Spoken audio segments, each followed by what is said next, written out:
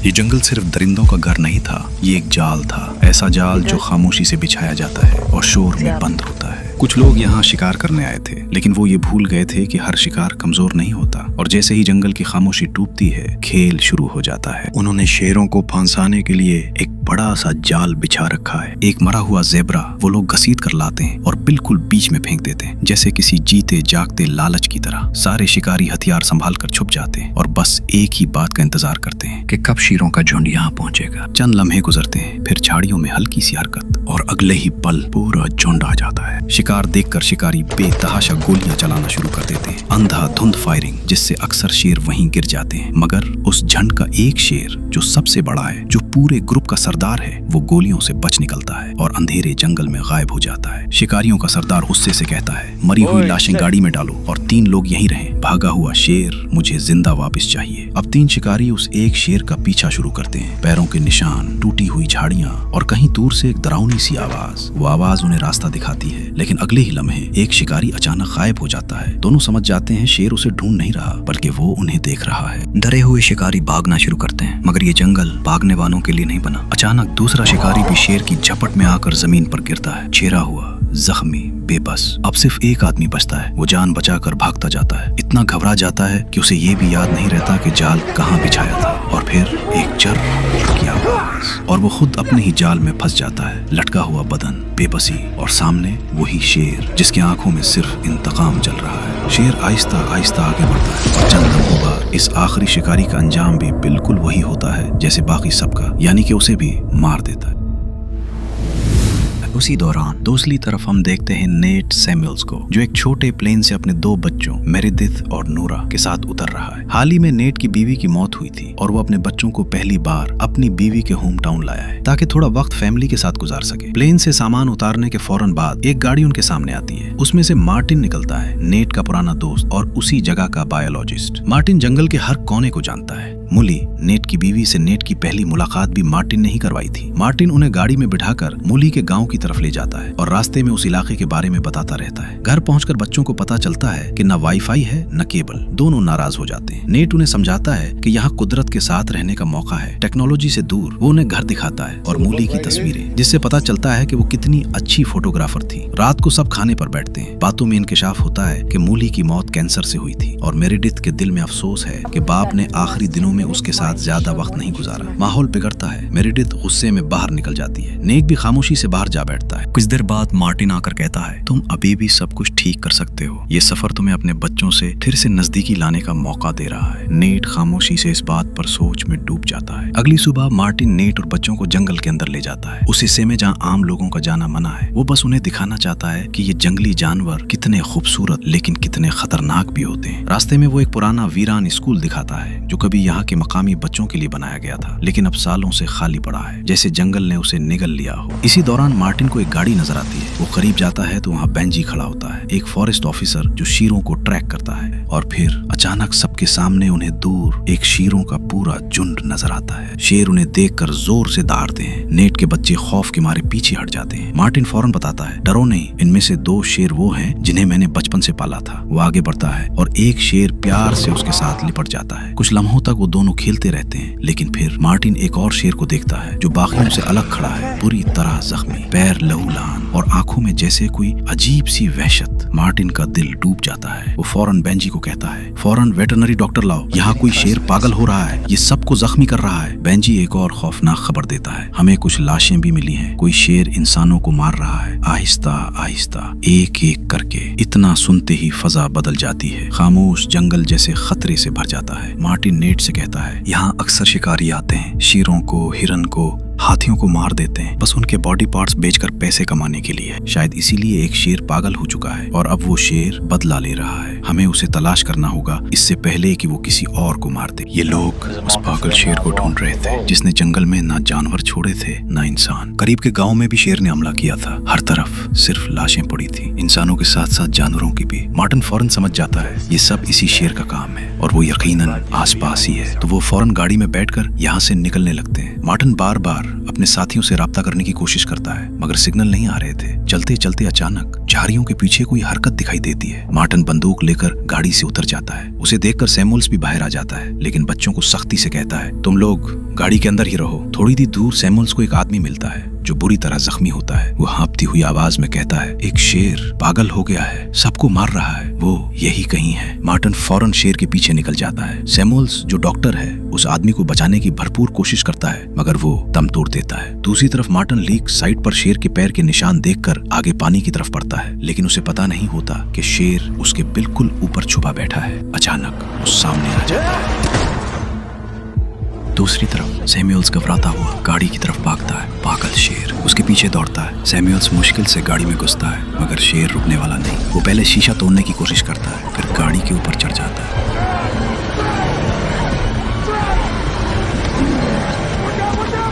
बिलाखिर Samuel's गाड़ी दौड़ाकर सबको वहां से निकाल लेता है। काफी दूर जाकर वो गाड़ी रोकता है और बच्चों को चेक करता है कि वो जख्मी तो नहीं, लेकिन उसकी बेटियां जख्मी तो नहीं थी मगर दोनों शदीद डरे हुए हैं। जंगल के बीचों बीच खड़ी गाड़ी में सैमुअल्स किसी तरह पागल शेर से बचकर अंदर आ गया था, लेकिन मार्टिन अभी भी बाहर जंगल में अकेला था। वॉकी टॉकी से उसकी टूटी हुई आवाज आती है, मैं ठीक हूँ, बस पाँव पर बहुत बुरा जख्म है, शेर ने पंजा मारा है, ब्लीडिंग रोकने की कोशिश कर रहा हूँ। और सैमुअल्स कंट्रोल रूम से कांटेक्ट करने की कोशिश करता है मगर हर तरफ सिग्नल बेहद कमजोर होते हैं। नूरा घबरा कर कहती है हमें मार्टिन को छोड़ना नहीं चाहिए, हमें उसे बचाने के लिए जाना होगा। ये सब लोग राजी हो जाते हैं। राइफल निकाली जाती है क्योंकि अगर उन्होंने शेर को ना रोका तो शेर उन्हें खत्म कर देगा। मार्टिन इंस्ट्रक्शन देता है अगर कोई चीज अचानक हिलती नजर आए या जानवर भागते हुए देखें तो समझ जाना शेर आसपास है। पागल शेर के सामने कोई भी जानवर ठहर नहीं पाता। तो नूरा कहती है शेर को भटकाना पड़ेगा वरना वो सीधा मार्टिन तक पहुंच जाएगा, और वो हिम्मत करके गाड़ी से बाहर निकल जाती है। सैमुअल्स फौरन गाड़ी की छत पर चढ़कर राइफल तान लेता है। नूरा जैसे ही चंद कदम आगे बढ़ती है झाड़ियों में जोरदार हरकत होती है और पागल शेर सामने आ जाता है। सैमुअल्स निशाना लेकर गोली चलाने की कोशिश करता है मगर हाथ कांप जाता है, निशाना नहीं लगता। शेर एक झटके में उस पर झपटता है, राइफल नीचे गिर जाती है। सैमुअल्स फौरन गाड़ी के नीचे घुस जाता है। शेर गुस्से में गाड़ी को नोचता रहता है लेकिन इतना बड़ा होता है कि गाड़ी के नीचे नहीं जा सकता। मेरेडिथ ये सब देखती है, फौरन बेहोशी का इंजेक्शन निकालती है और मौका देखकर शेर को इंजेक्शन लगा देती है। शेर धाड़ता है, लड़खड़ाता है और आहिस्ता आहिस्ता बेहोश होता हुआ जंगल की तरफ ढलकता चला जाता है। खतरा टलते ही सैमुअल्स बाहर निकलता है, नोरा को वापस लाता है, फिर सब मिलकर मार्टिन को उठा लाते हैं। मार्टिन का जख्म बुरी तरह फैल चुका होता है। सैमुअल्स फौरन उसे साफ करके पट्टियां बांध देता है, लेकिन सबको पता है ये नशा ज्यादा से ज्यादा 3-4 घंटे चलेगा। जैसे ही शेर को होश आया वो सबसे पहले उन्हीं पर हमला करेगा और फिर जंगल की खामोशी चीरती हुई एक धमकी भरी धाड़ गूंजती है। सब ऊपर देखते हैं, पागल शेर वापस आ चुका था और इस बार वो पहाड़ की चोटी पर ऐन उनके ऊपर खड़ा था। रात हो चुकी थी और ये लोग शेर से बचते बचाते मदद का इंतजार करते हुए गाड़ी में ही सो गए थे। मार्टिन जो फॉरेस्ट डिपार्टमेंट का मुलाजिम था वो भी गाड़ी में मदद के इंतजार में सो गया था। तभी उनका रेडियो बजने लगता है और सब जाग जाते हैं, यानी सिग्नल्स आ गए हैं। बात करने से पहले ही कुछ शिकारी वहां पहुंच जाते हैं। शिकारियों को देखकर सैमुअल्स बाहर आता है और उनसे रिक्वेस्ट करता है कि वो मदद करें और उन्हें यहाँ से निकालें। शिकारी मदद के लिए राजी हो जाते हैं, लेकिन जैसे ही सब गाड़ी के पास जाते हैं उनकी नजर मार्टिन पर पड़ती है। मार्टिन फॉरेस्ट डिपार्टमेंट का मुलाजिम है जिसने पहले कई सारे शिकारी पकड़वाए थे और मार्टिन की वजह से इन शिकारियों के 3 साथी मारे भी गए थे। शिकारी अपनी गन्स निकाल लेते हैं और सबको मारने लगते हैं। वो बदले की आग में इतने आगे बढ़ जाते हैं कि मार्टिन और नोरा को किडनैप कर लिया जाता है, लेकिन उन्हें बाहर निकालने से पहले ही शेर अचानक हमला कर देता है और एक एक करके सब शिकारियों को मारना शुरू कर देता है। शिकारी जंगल की तरफ भागते हैं और शेर भी उनके पीछे चला जाता है। सैमुअल्स को लगता है कि यही मौका है कि वो शिकारियों की गाड़ी लेकर दूर भाग जाए, लेकिन गाड़ी के पास पहुंचकर उसे पता चलता है कि शिकारी चाबी अपने साथ ले गए हैं। सैमुअल्स भी शिकारियों के पीछे जाने लगता है। हर जगह लाशें नजर आती हैं, लेकिन किसी के पास चाबी नहीं। तब वो लेक के पास पहुंचता है तो तभी सिग्नल्स आने की वजह से वॉकी टॉकी बजने लगता है। शेर भी वॉकी टॉकी की आवाज सुन लेता है और वॉकी टॉकी की तरफ दौड़ता है, लेकिन वॉकी टॉकी जमीन पर पड़ी है और सैमुअल्स दरख्त के ऊपर छुपा हुआ है। शेर वहां से नहीं हट रहा। सैमुअल्स देखता है कि एक सांप भी दरख्त पर उसके पास ही है और अब उसका बचना बहुत ही मुश्किल, यानी कि आगे कुआं पीछे खाई। तो वो हिम्मत करता है और सांप को शेर के ऊपर फेंक देता है और शेर उसे देखकर भागने लगता है। सैमुअल्स आहिस्ता आहिस्ता नीचे उतरता है और लाशों की तरफ बढ़ता है ताकि चाबी निकाल सके, लेकिन शेर वापस आ जाता है। दूसरी तरफ नोरा और मेरेडिथ अपने डैड के लिए परेशान है। वो शेर को डिस्ट्रैक्ट करने के लिए गाड़ी का हॉर्न बजाने लगती हैं। हॉर्न की आवाज सुनते ही शेर गाड़ी की तरफ जाता है। तभी सैमुअल्स को भी चाबी मिल जाती है और वो गाड़ी गाड़ी की तरफ आता है, लेकिन शेर गाड़ी के पास पहुंच चुका है और सब पर हमला कर देता है। मेरेडिथ को आहिस्ता आहिस्ता जख्मी कर रहा है और गाड़ी पर जोर से झटके मार रहा है कि गाड़ी खाई में गिरने ही वाली है। तो तब मार्टन दोनों बेटियों को नीचे उतरने के लिए कहता है। जैसे ही वो गाड़ी से नीचे उतरती है, शेर और मार्टन भी खाई में गिर जाते हैं, लेकिन शेर को अभी कुछ नहीं हुआ। उसे बस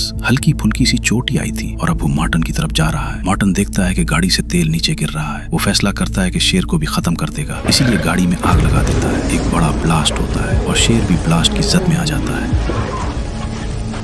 सैमुअल ये आवाज सुनते ही भागता है गाड़ी की तरफ और देखता है कि उसकी दोनों बेटियां सही सलामत हैं। तब उसे ये भी पता चलता है कि मार्टन अपनी जान नहीं बचा सका। सैमुअल टूट जाता है, लेकिन उसे अपनी दोनों बेटियों की हिफाजत करनी है। पूरी रात ये लोग उस पागल और खूनखार शेर से लड़ते, छुपते और बचते हुए गुजार देते हैं। आखिरकार सुबह हो जाती है। सुबह होते ही वो सब उस स्कूल की तरफ बढ़ते हैं जिसका रास्ता मार्टन ने उन्हें पहले दिखाया था, लेकिन स्कूल से आगे जाना मुमकिन नहीं होता क्योंकि गाड़ी का फ्यूल खत्म हो चुका है। ऐसे में सैमुअल अपनी दोनों बेटियों को लेकर स्कूल के अंदर एंटर होता है। स्कूल में जितनी भी चीजें पड़ी होती हैं वो सब इस्तेमाल करके मेरेडिथ के जख्मों पर मरहम लगाने की कोशिश करता है। मरहम पट्टी के बाद वो स्कूल में चारों तरफ घूमकर देखता है कि शायद कोई कम्युनिकेशन डिवाइस, फोन या कोई और हथियार मिल जाए, लेकिन उसे कुछ भी नहीं मिलता। सैमुअल जानता है कि शेर दोबारा आएगा, इसीलिए वो नोरा और मेरेडिथ दोनों को एक कमरे में बंद कर देता है ताकि वो महफूज रहें। इसके बाद सैमुअल एक नाइफ उठाता है और बाहर शेर का सामना करने निकल जाता है, इस उम्मीद से कि शायद वो शेर को रोक सके। सैमुअल जानता है कि वो शेर को मार तो नहीं सकता, लेकिन उसका ख्याल होता है कि अगर शेर उसे मार दे तो शायद उसकी खूनरेजी रुक जाए और उसकी बेटियां बच जाएं। बाहर पहुंचकर सैमुअल शेर से लड़ाई शुरू कर देता है। वो बार बार शेर पर चाकू से हमला करने की कोशिश करता है, मगर शेर बहुत ताकतवर होता है। शेर आहिस्ता आहिस्ता सैमुअल को शदीद जख्मी करने लगता है, लेकिन जैसे ही शेर सैमुअल को खत्म करने वाला होता है, अचानक दो और शेर वहाँ आ धमकते हैं। ये वही दोनों शेर होते हैं जिन्हें मार्टन ने पाला था। ये दोनों शेर पागल शेर पर टूट पड़ते हैं और उसे वहीं मार डालते हैं। सैमुअल शदीद जख्मी हालत में लड़खड़ाता हुआ वहाँ से दूर जाने लगता है। इसी दौरान वक्त पर बेंजी वहाँ पहुँचता है। वो सैमुअल को फौरन हॉस्पिटल ले जाता है। हॉस्पिटल में जब सैमुअल को होश आता है तो वो अपने सामने अपनी दोनों बेटियों को देखता है। दोनों बेटियां रोते हुए उसे बताती हैं कि उन्हें अपने प्यारे पापा पर कितना फख्र है कि उन्हें बचाने के लिए उन्होंने खूनखार शेर से भी लड़ाई की। आहिस्ता आहिस्ता सैमुअल की हालत बेहतर होती जाती है। जब वो बिल्कुल ठीक हो जाता है तो वो अपनी बेटियों को लेकर मौली के पसंदीदा दरख्त के पास जाता है। वहाँ तीनों मिलकर तस्वीरें बनवाते हैं और यूं